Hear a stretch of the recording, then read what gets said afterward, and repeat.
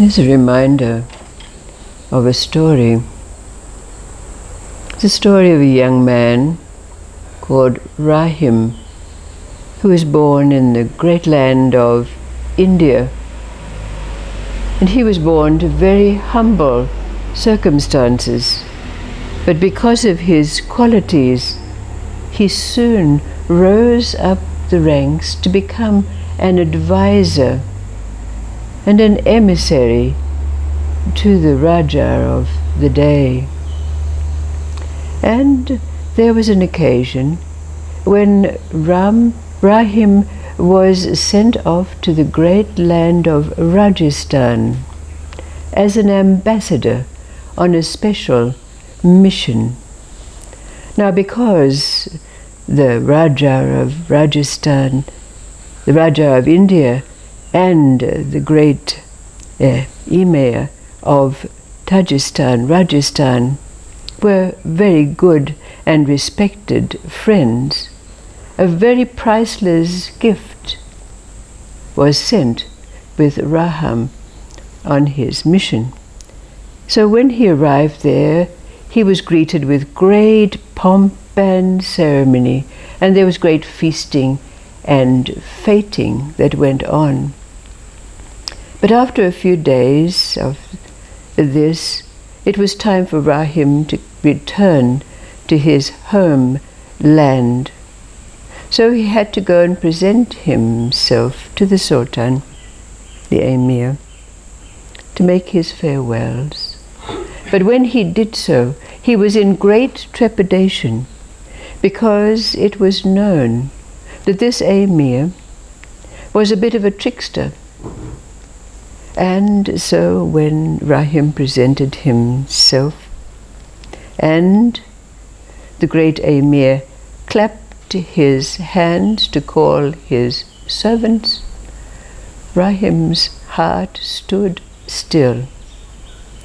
And sure enough, at the sound of the clapping hands, in came a servant leading on a golden chain a magnificent leopard. Now Rahim, seeing this great creature, and knowing that he had to return overland to the great land of India, how was he to take this creature with him? But when the golden chain was placed in his hands, the great leopard followed him greatly docilely, and they left the palace to make their way across land, returning to his homeland. But on the way, they had to find hospitality and a place to stay. So they came to an inn. When they arrived at the inn and Rahim sought entry for a place for the night, the innkeeper, of course, said, "You can come in, but you cannot bring that creature with you." Rahim said, "But this is a gift. This is a gift from your Sultan." Well, the innkeeper said, "I'm sorry, but she cannot come in. It would frighten all my patrons away." But he said, "Well, I've got a cabin out the back in which you can stay. But it's in disarray because there's a demon that comes every night to feast and play." "Oh," said Rahim, "we're tired. We need a place to rest. I'll take the cabin." So Rahim and the great creature, the great leopard, settled down for the night. But in the middle of the night there was a great crashing of the door, and in came the demon, carrying in its fangs a goat that it had killed and was devouring, blood dripping down.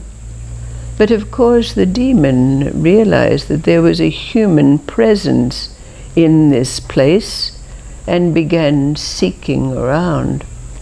Well, the leopard's shackles went up, and a great fight ensued. The leopard and the demon. One moment the demon was on top, and the next time the leopard. But finally, the demon lost out and hightailed it out of the door, so that Rahim and the leopard were able to settle down comfortably for the night, peacefully. Well, the next day when the innkeeper came around and said, "How was your night?" "Oh, fine," said Rahim.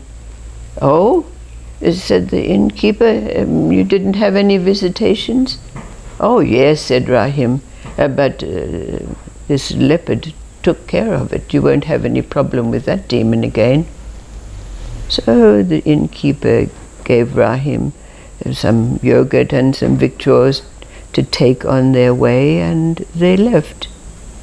But on their travels again, there was an occasion to find somewhere to stay, and not having an inn in the area, they had to find a place to rest, and they came to a cave.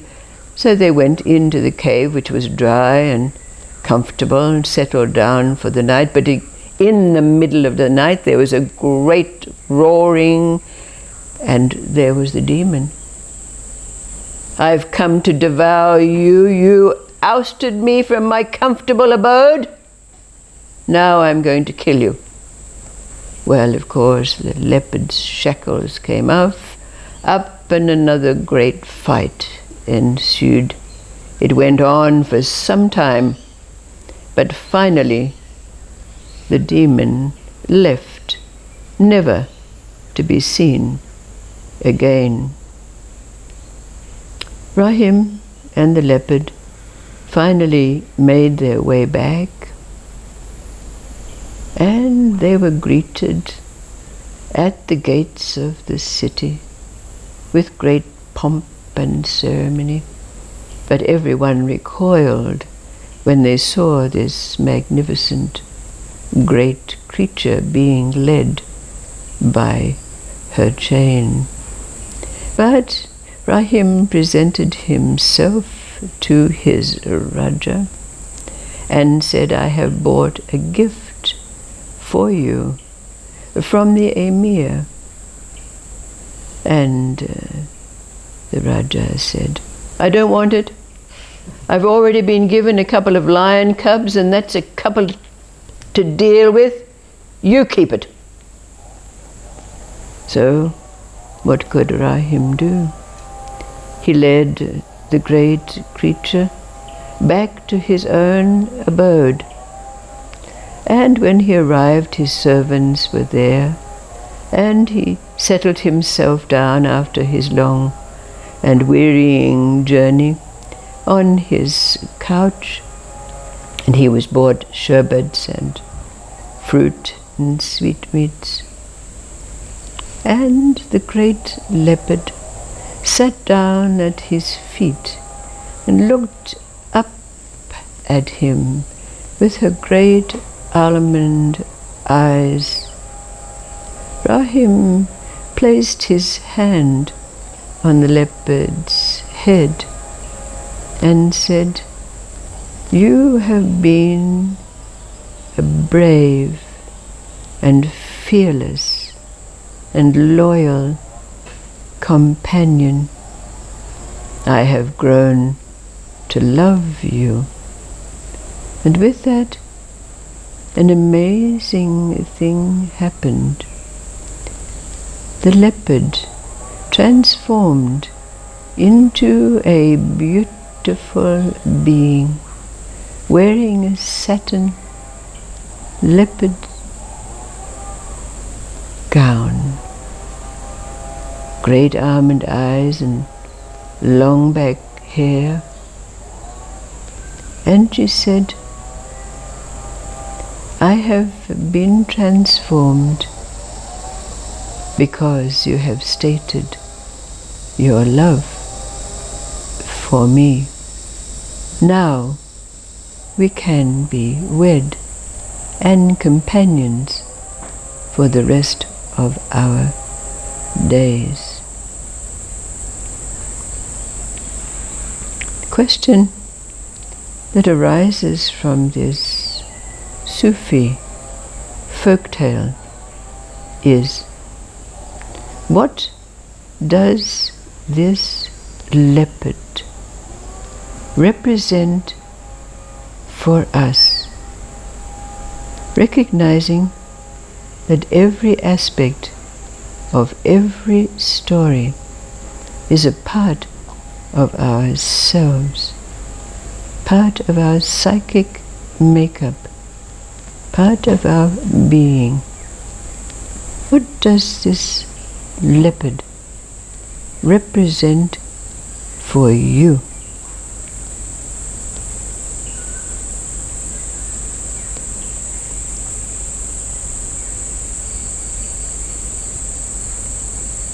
Why is it that a nun goes into a convent and after some years as an acolyte becomes a bride of Christ?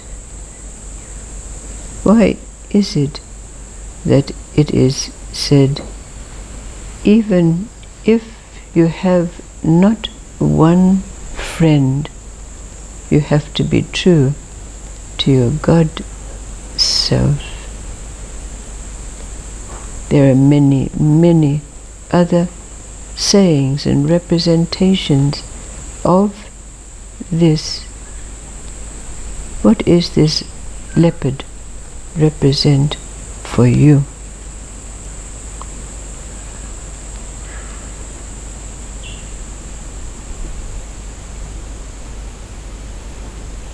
It could represent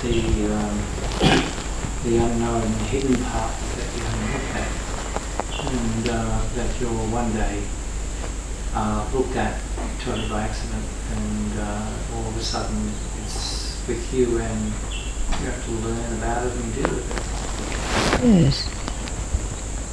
Why are these things called self-realization? And many other names. What is it that we make union with, marry within ourselves?